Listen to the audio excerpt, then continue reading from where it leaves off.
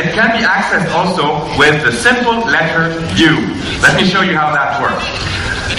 Let's go here, use the gap tool here, and change the size of these images. Very, very quickly. No wow for that. This is pretty cool. And then I can press other modifier keys and decide that I want these images to be bigger. And if I press the control key here, I can move the alt key. I can move the whole column, or the command key. I can decide how much space I need between these images. Perfect. Next thing I want to show you is this, that when you select an image now, you will have a little icon on the side here. This looks very strange, okay? But if we click on it, we have 4 little diamonds on the corners, and what this allows me to do, without no scripts, without going to the menus, I can simply click and drag and create rounded corners. Yeah. And then if I press Control Shift, I can change Alt click, I can change the style of just one corner, or if I click Shift down here and I want this to be straight, I can just change this corner. So do that just intuitively on the images right there on the page.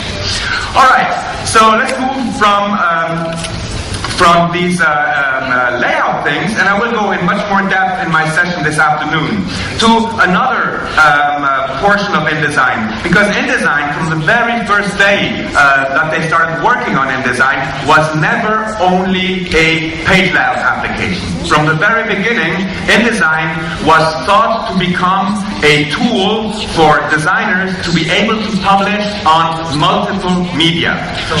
Yes. Медиа на разных носителях. А можно я свою любимую функцию покажу? Что такое за любимая функция? Split and span параграфы. Растягивать, разбивать параграфы можно, но это мне очень нравится. Можно я даже покажу? Нет, ну давайте, да, пока мы не ушли уже в интерактив полный, давайте покажете. Они же хотят увидеть, наверняка, ну хотят, конечно хотят. Давайте перейдем вот сюда, текст, страница 12. И давайте посмотрим вот на этот текст. Да, это суперская функция. У нас вот здесь вот 2 колонки, но на самом деле, что нам нужно? Мы хотим, чтобы вот этот заголовок был над обеими колонками. По большому счету, что нам нужно сделать? Создать это надпись, поле для текста, которое пойдет, да, над 2 колонками. Но в CS5, буквально выбрав текст, for the text to span over columns. Okay? So I say no. And pay attention to this text here. I will span over the columns. Boom. Okay? So my thank you, Ben, for reminding me of that, because that's a really cool feature. And you can see that the first paragraphs are split into 2, and that the text then continues underneath. But so, yeah, I think there's one more thing. I don't like the list. Yeah, I know, but you know, many designers think that white space is cool. Okay? But in this case, white space is not good here, okay? I would like to maybe have that list go on several columns inside of that column. So what I can do is again take my type tool here, and instead of spanning over several columns, what I can do now is say split over 3 columns, for example. Wow. And in one simple operation here, I can now have this text split inside of the column. Pretty cool, huh? Great thing. Yeah. Kruta. Mucho kruta. Okay. All right. So let's go back to my interactive documents, because in the past we were able to export our InDesign documents to the web with HTML and XHTML. We were able to create interactive PDFs with links and movies and sounds in the PDF itself. And then in InDesign CS4, Adobe introduced the possibility to actually save an InDesign file to Swift. to be played with the Flash player on the internet. And that's pretty cool, because we have the page curl, we have all these various things that we can do with the Flash technology. Let me just show you.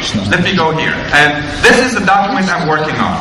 And let me just show you how I structured that. Okay, this is the first page with some buttons that I can create. And then I have some elements here and other elements here. That's actually the page I will work on. And let me show you what could happen to a page like this. I'm going to refresh that. Now we're in the browser.